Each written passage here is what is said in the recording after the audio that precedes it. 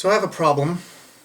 I found out recently that one of my best friends is a libertarian. And most people wouldn't be bothered by that, and a year ago I probably wouldn't have been bothered by that either. But ever since I sort of got into the debate, it's become a problem.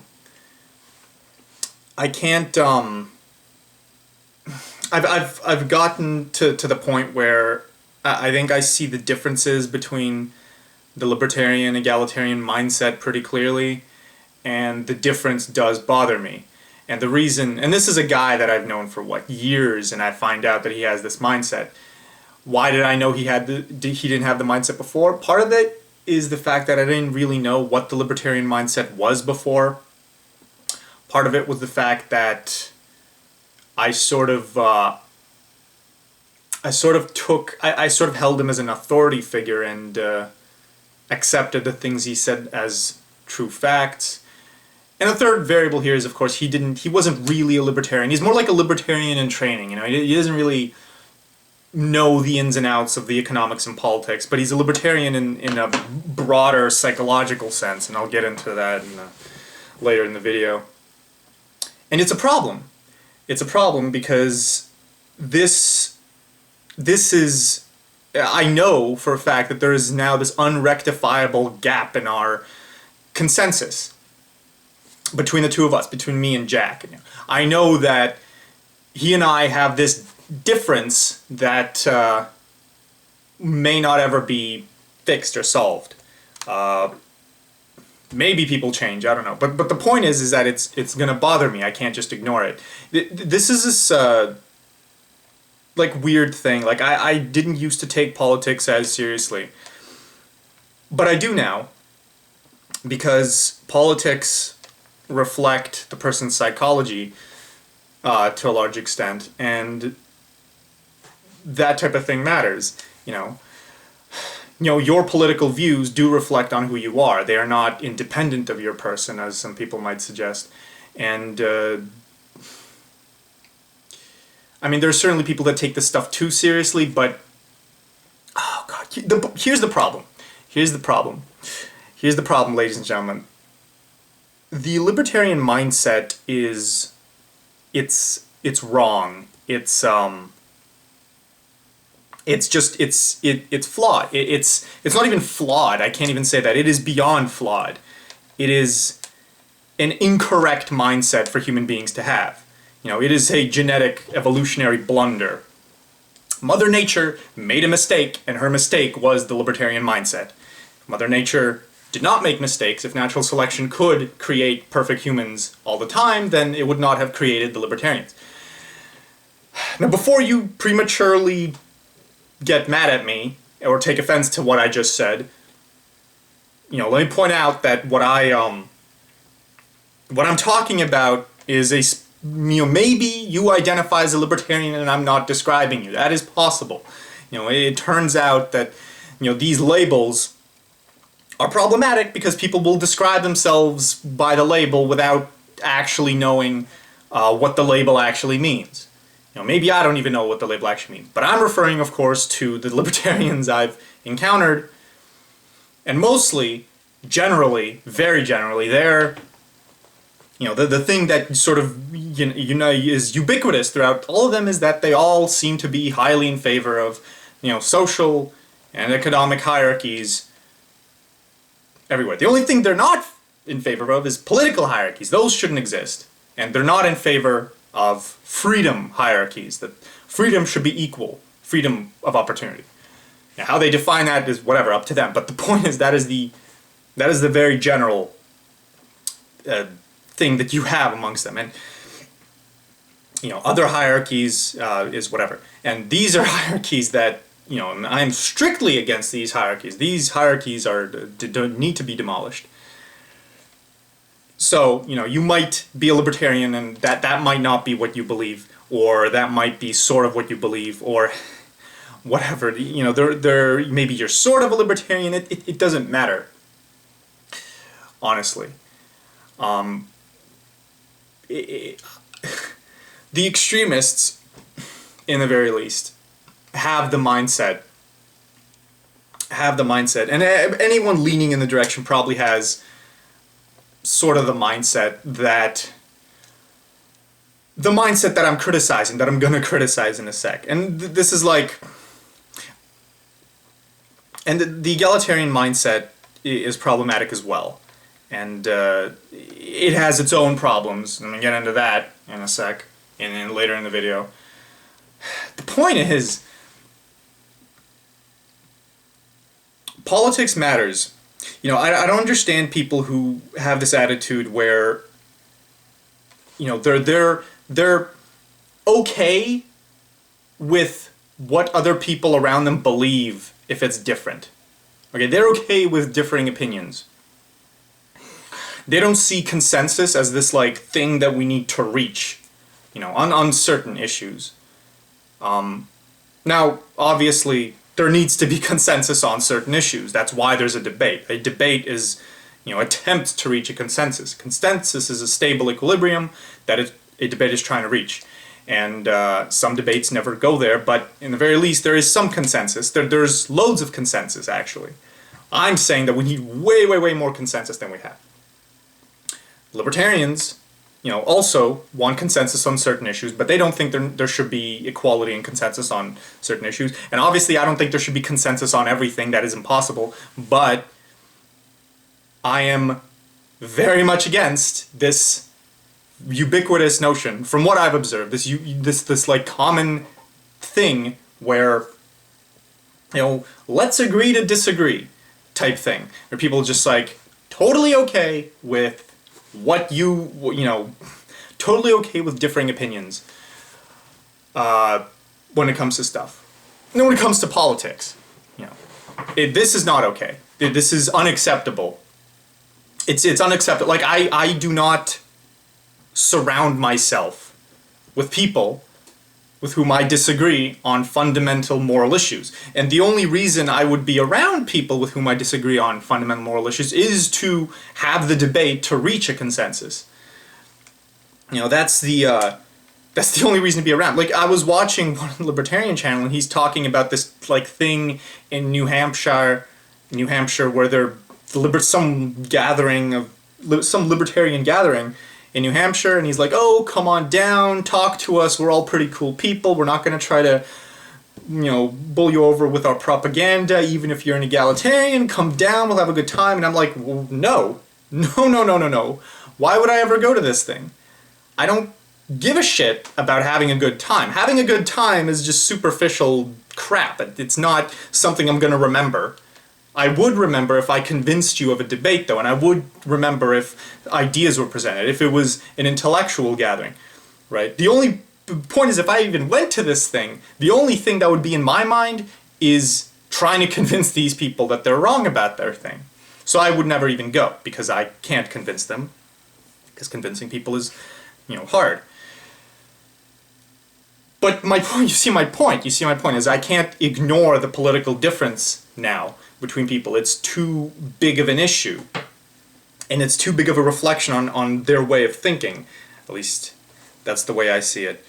It's not just, it doesn't boil down to just ignorance, like especially, well, with the guy I'm talking about, my friend Jack. He is not someone who's ignorant, but he is someone who is fucked up, because he's a libertarian. You know, he's not ignorant, but he's a libertarian. You know, that's a problem, right? So of course, you know, that's a political difference that needs to be rectified, and the only thing that would ever be in my mind.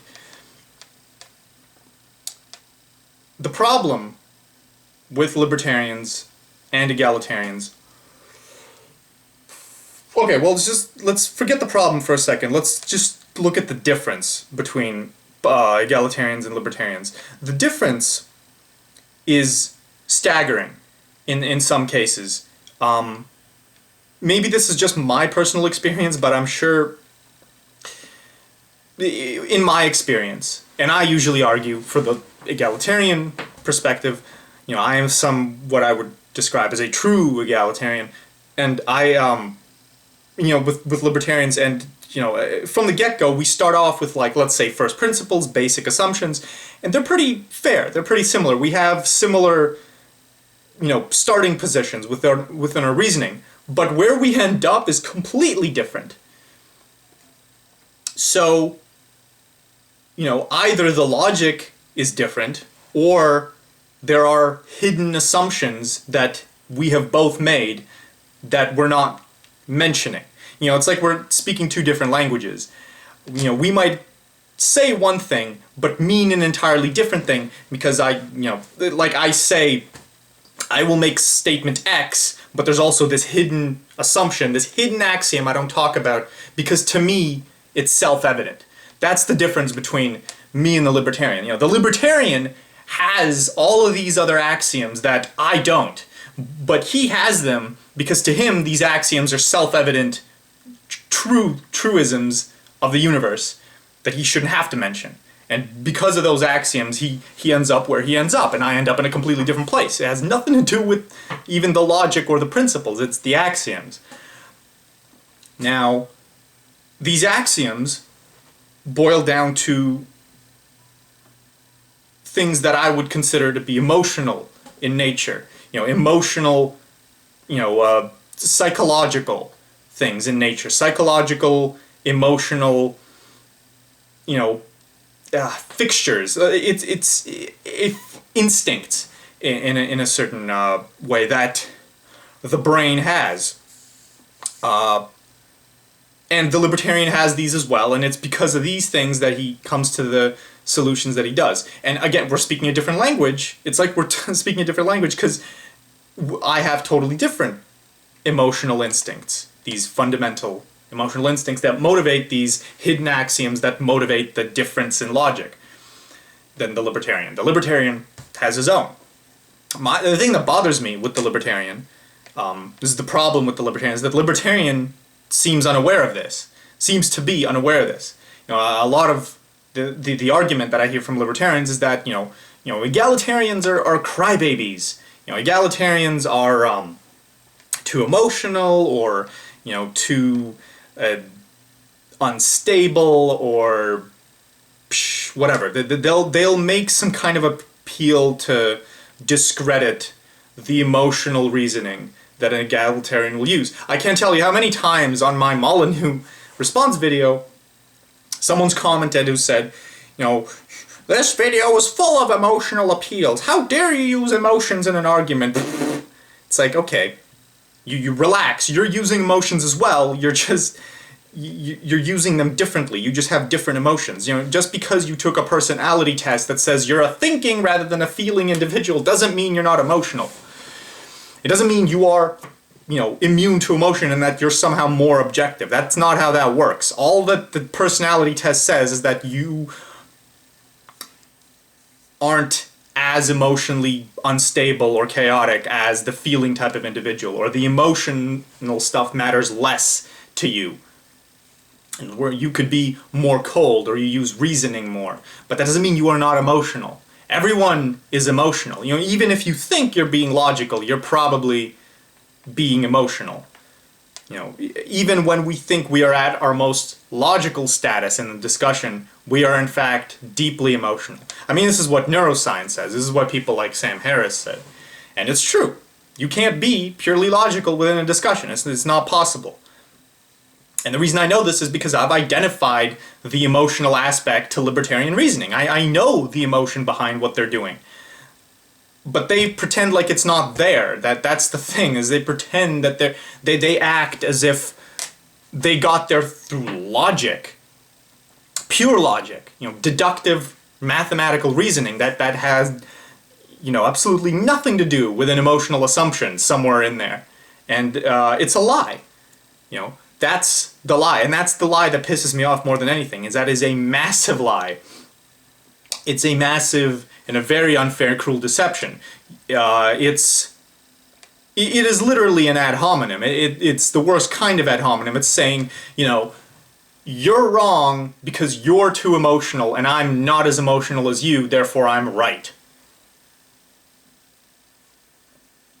It's a complete lie. And they'll say stuff even though that there are people like Noam Chomsky and like Sam Harris who are way on the left who don't use emotionally tinged appeals, and you have Stefan Molyneux, who's on the right, who does use emotional appeals all the time. I mean, you're going to criticize me for using emotionally tinged appeals within my response to Molyneux. Molyneux uses them as well. In fact, he probably uses them more than me. You know, look at his analogies. They're not like... He might broadcast it as like, oh, this is perfectly rational. Here's the thing. The reason you guys don't notice, the reason libertarians don't notice the emotional reasoning that they're using is because to them it's not emotional reasoning. You know, your own emotional reasoning appears like logic to you. That's the trick the brain plays on itself, is your own emotional reasoning to you appears as pure logic. So when when you're looking at there and you're looking at the economic arguments for fucking free markets and the moral arguments, you're like, oh, this makes sense, this follows from logic. And that's your answer, and you think, oh, the egalitarians are obviously, and you recognize the emotional reasoning within the egalitarians, you're saying, oh, you guys are obviously too emotional. Thus ignoring your own emotional reasoning, thus considering yourself to be less biased, thus considering yourself to be correct, which is, bullshit. You can't, everyone uses emotional reasoning. You are deluded if you think you're not using emotional reasoning. I was having a debate with a guy. He was saying, it's not in my benefit, this was nature versus nurture stuff, and he was saying, like, it's not in my benefit to believe the stuff that I do. This isn't in my interest.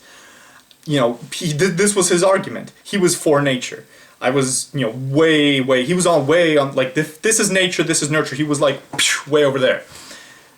And I was trying to draw him back closer to the middle, and he was saying, look, it's not in my interest to believe this stuff.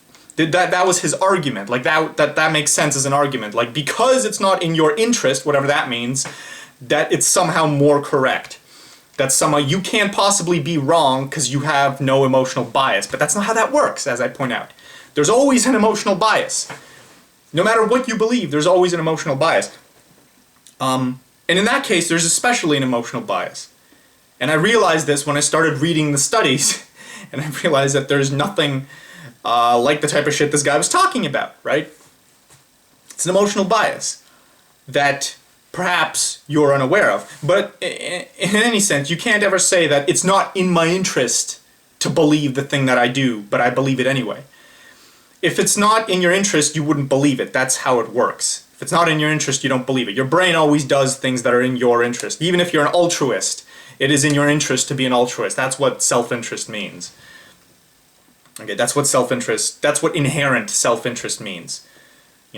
Maybe believing in this nature thing does incur some kind of cost to you, but it also incurs a benefit, else you wouldn't believe it at all.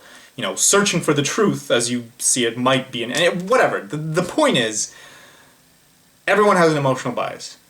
And you are being dishonest if you are suggesting that you have no emotional bias when you're in the discussion. You might say you don't have a certain emotional bias, but you have another one. That's fine, that's honest. But that's not an argument, and that's no reason for one person to accept their emotional bias over yours. But you always have an emotional bias. That's the point of this thing. And libertarians are, a quintessential example of people who have a huge emotional bias towards their thing. And their emotional bias is that they can't stand the government taking their money. That's it. That is literally their emotional bias. Their hierarchy, moral hierarchy, has freedom way up there, way, way, way up here, and then everything else is like down here. Human suffering, well-being, down here. Freedom's way up there, though. That's how it works for them. That is the reason that their whole system works. This is their assumption. It's their axiom. This isn't something I can't prove them wrong on this. They have assumed that this is true before they even started the discussion. That's why I feel like it's unfair when we're having the discussion and we start with, we agree on the first principles, but we disagree on conclusions. It's not that our logic is different, it's that there's a hidden assumption you forgot to mention, sir. Your hidden assumption was that freedom number one, everything else doesn't matter. Freedom of choice, voluntarism, you have these things. This is a religion. It is literally a religion. You have assumed this to be true because you feel it is true, because in your mind, in your psyche, it is a fundamental truth of the world. That freedom is always more important than suffering, or that mitigating, or freedom is more important than happiness, in other words, whatever.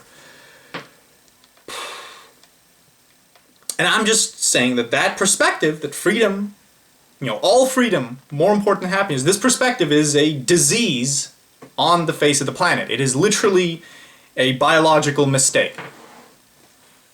These people who are so in favor of, natural selection and evolution, seem to realize that natural selection and evolution is against the thing that they believe.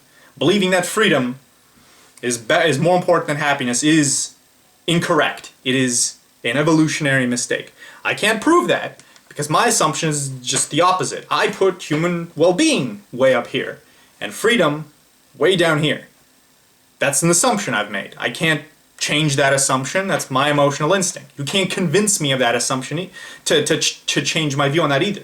There's no argument for that. I mean, the best argument I could make is that in a world where, my approach is taken, everyone's better off. Even if they complain, everyone's better off. And on some level, I do believe that. I think on some level, I actually think the libertarians are lying to us and themselves, that they are actually very well off, even while they're being taxed.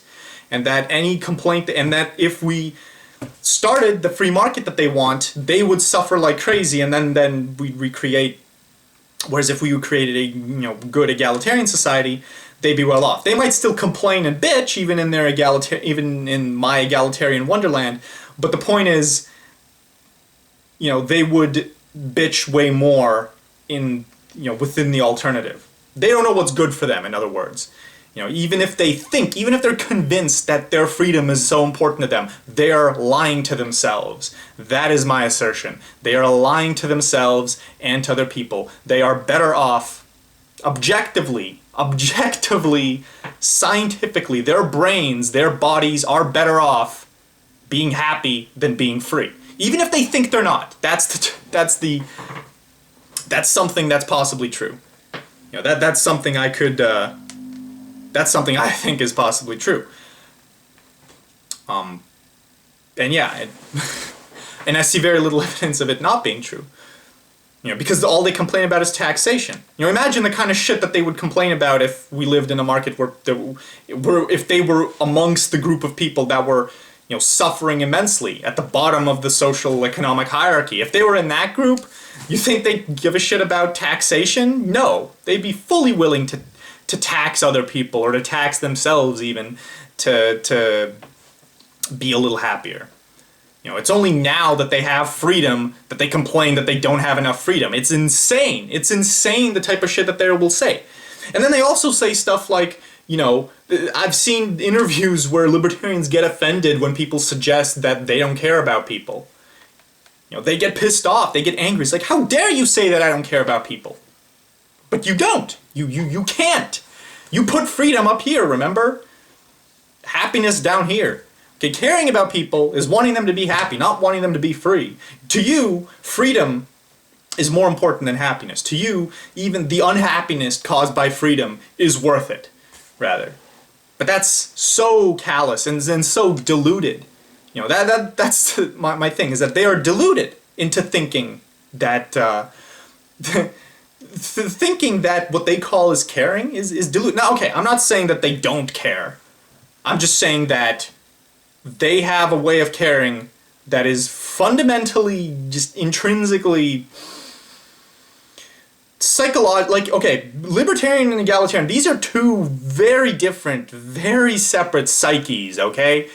The libertarian psyche, it does care. It does care about poor people, and they do care about suffering, but their way of caring is messed up. It is backwards. It is like it's a disease. It's a genetic or mimetic or whatever virus that is infected, that has reprogrammed their brains to think in this way. To put caring, that caring means freedom first. That caring means freedom and the unhappiness caused by freedom first. That they think that they are caring for people more by giving them freedom. Here's the thing, I think a lot of people are willing to give up freedom to create happiness, to give themselves happiness. That there is plenty, if they knew and understood the benefits of, if they knew and they understood the benefits that they would have if they gave up some of their freedom in exchange for the happiness, that they would be way better off. But they don't understand this. That's why they still lean in the libertarian direction. And I'm not making any economic or political argument here. I've made that, and that's a whole different discussion. I'm just describing the psychology of these people. But you can't deny that this is inevitably the psychology of the libertarian mind. They might care, but their way of caring is totally different than the way we care, than the other side cares. Their way of caring is so different. They think putting freedom first is caring. My suggestion is that it is not caring. It is a diluted, fucked up, messed up, wretched form of caring. It is I've already said what I have to say. But the egalitarians, most of them are no better. I don't want to offend all the groups, but the problem with the egalitarian end of things is that they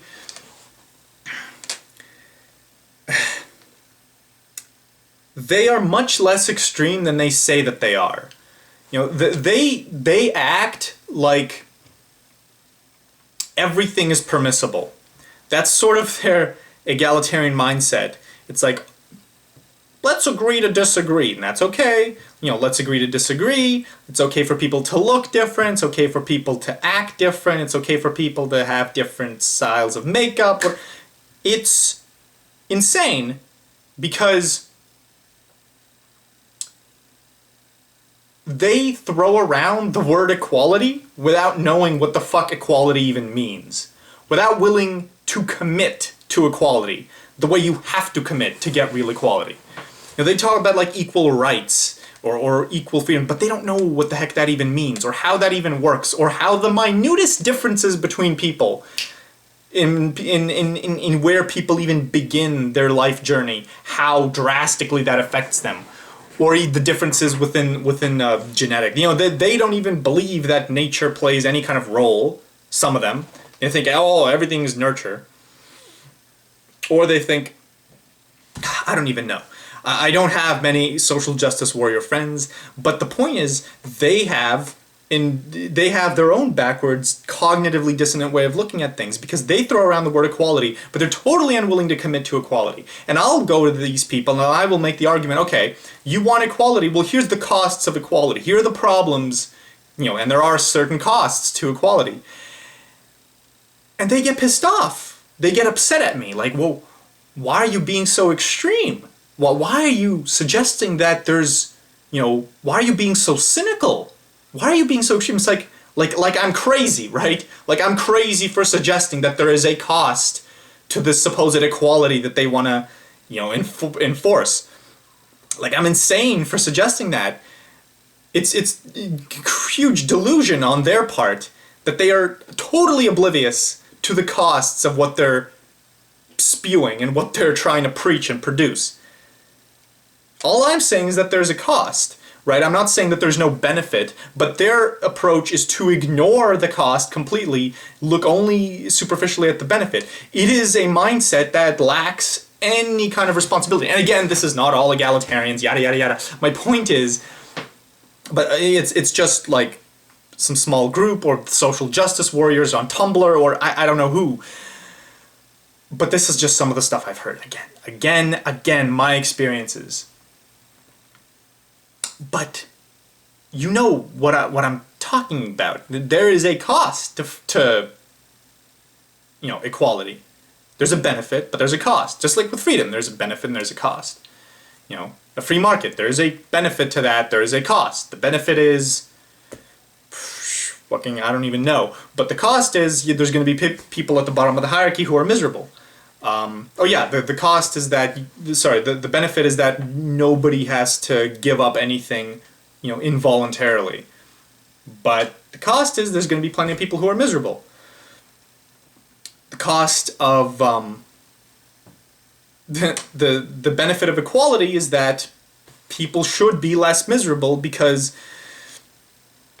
they have more resources. Resources are redistributed. The costs of equality is that you have to enforce it on some case. You have to make people do things. You have to force it because it's not going to work otherwise. Unless you can convince everyone to voluntarily do it, which is partly something that we should do. But you have to.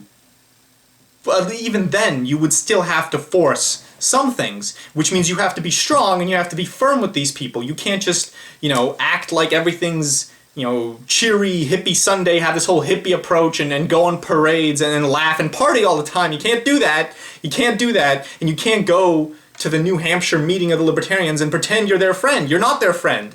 You disagree with them on fundamental issues. You are not their friend. They are not your friend. Their ideology is your enemy. Their ideology is my enemy. You're not a true egalitarian if you're doing one of those things. If you want to actually live your ideology, then you act your ideology, which means you act strong. You stand up for your beliefs. You don't pretend. This is just my experience going through freaking university, is that people will stand up for what's right in an extreme situation, but most of the time it's all about just, laughing and having a good time. The only time anything gets extreme is when someone's personal, property is threatened. Let me give you an example.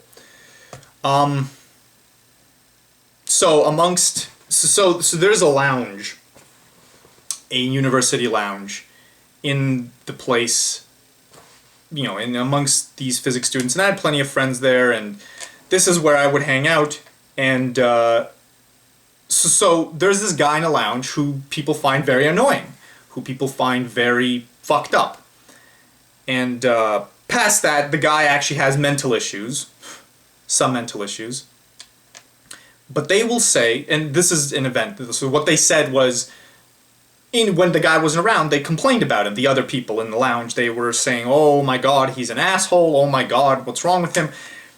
And it's like, well, he has mental issues, guys. So, you have to understand that, and be patient, because it's mental issues, for fuck's sake. What they were saying, though, is that, oh, I wish he went somewhere else. Oh, fuck that guy, I don't want him around here. And these are people who are supposedly egalitarian. You can't do that. You can't want him away from you if you're an egalitarian. If you're an egalitarian and you want equality, you have to be patient and you have to pretend you're his friend or be his friend really and be nice to him, so that he feels comfortable, even if it's at a cost to you. You have to give up your personal freedom and your personal, comfort in order to help this poor fella. That's not what people want to do. They're just like, fuck him. We don't like him. Fuck him. And so my response to that, my counter-argument, okay, well look, if you don't like him and he's messed up because he has mental issues, then the only option you have is to murder him. Whoa, what? Red blinking sirens. No. Think about it. What other option? I know that sounds crazy and extreme, but look at the position of this thing. The guy is messed up mentally. You can't fix him unless you're willing to invest loads of money. You can't fix him, right? You can't change him. What you have to one thing you can do is you can pretend that you're okay with it and try and get along with him as best you could, which is the reasonable answer.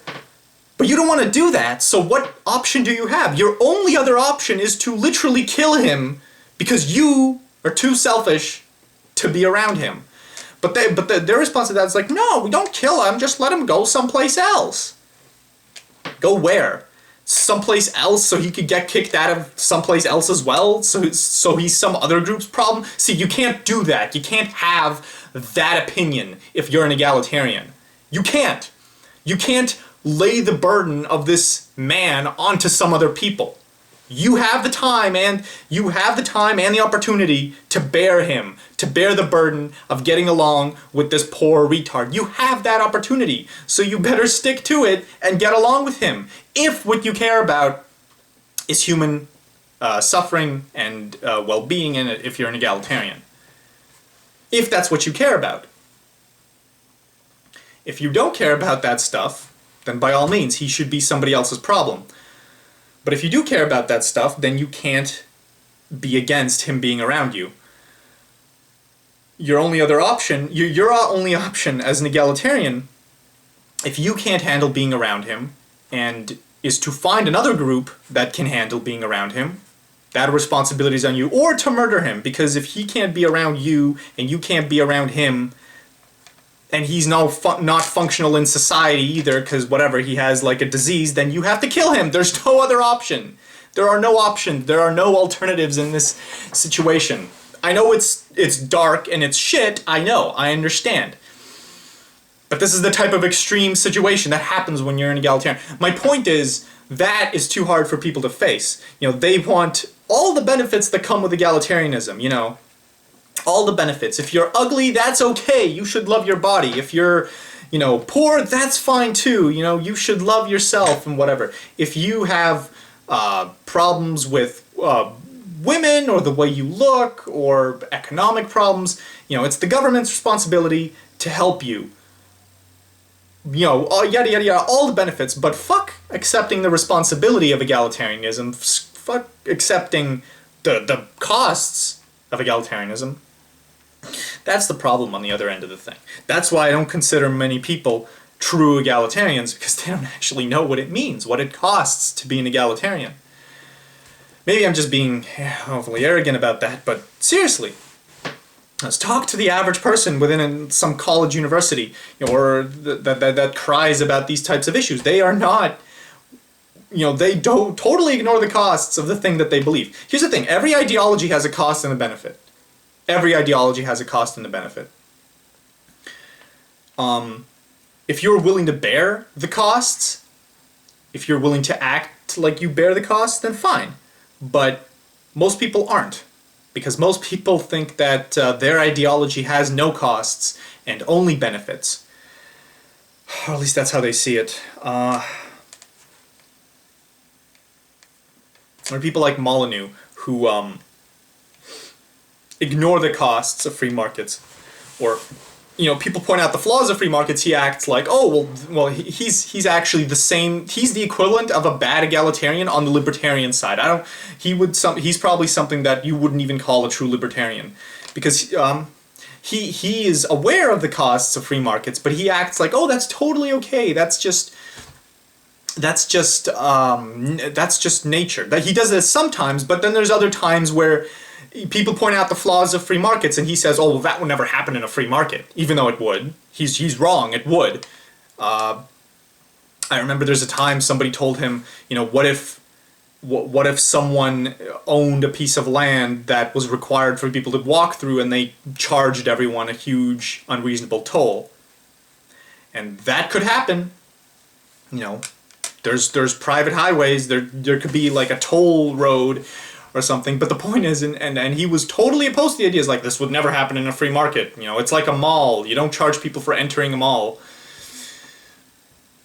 I don't actually know if mall is public property, though, which means it's owned by the state, right? I'm not actually sure about that, but it's probably owned by the state. Individual, you know, places where the stores are, those are owned by people, but the paths throughout the mall are probably owned by the state. That's why there's no toll as you walk. I don't want to get into this. But he ignores the costs of, the point is, he ignores the costs of free markets and only looks at the benefits, much in the same way that these egalitarians ignore the costs of, you know, and only look at the benefits. These are the flaws of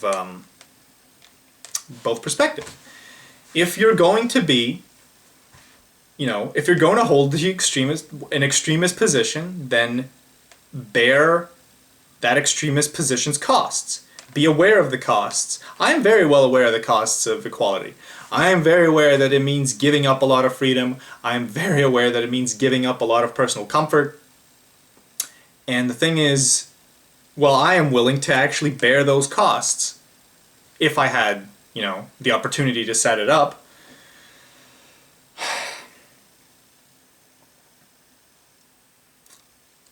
Yeah. And, you have the libertarian end of things. The other thing to be aware of is be aware of your emotional biases. Don't pretend that you don't have any. You do have them, and that your position is not stronger because you are less emotional or more objective. That's not true. That is a delusion that your brain concocts, because your brain is always convinced that it's being reasonable. To yourself, your emotions appear only as logic, not as emotions, unless you become self-aware. Then you realize that, hey, maybe sometimes I'm not totally logical because I'm in fact reach a higher status of being that way. But the point is, don't sit there. Don't try and come up with a counter argument by saying, I'm not being emotional at all, you are. That is not what's going on ever, and that is never going to work. That is not a good argument. That is a lie. Okay? I repeat, to any libertarian who's ever done this, who does this, that is a lie. Okay, I mean, it depends. Sometimes someone might totally be emotional and rational, but in general, if you do this often, if you think that the people who disagree with you are too emotional and that's it, that's the whole reason why they're wrong and why there's a problem, then you are lying to yourself and to them.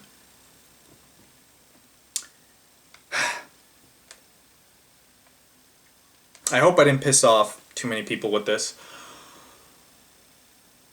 The biggest difference, I think, between libertarians and egalitarians is that I don't think that they could ever get along. I know that, there's people who've told me, like Mike says that, oh, I used to be a libertarian, but now I'm an egalitarian, and people say that they've changed sides of the political thing.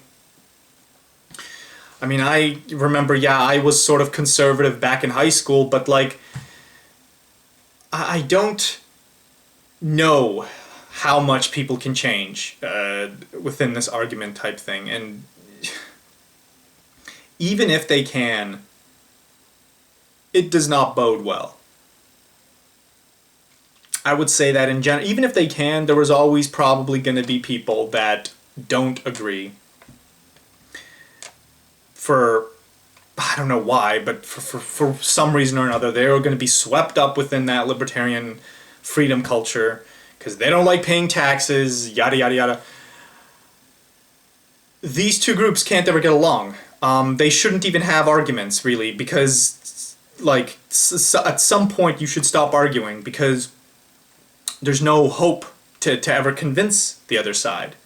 You just have fundamentally different ways of looking at things. Okay, remember the axiom that libertarians have that they don't say. Freedom, more important than anything. Freedom, more important than anything. And remember what egalitarians say, happiness, more important than anything, more important than freedom.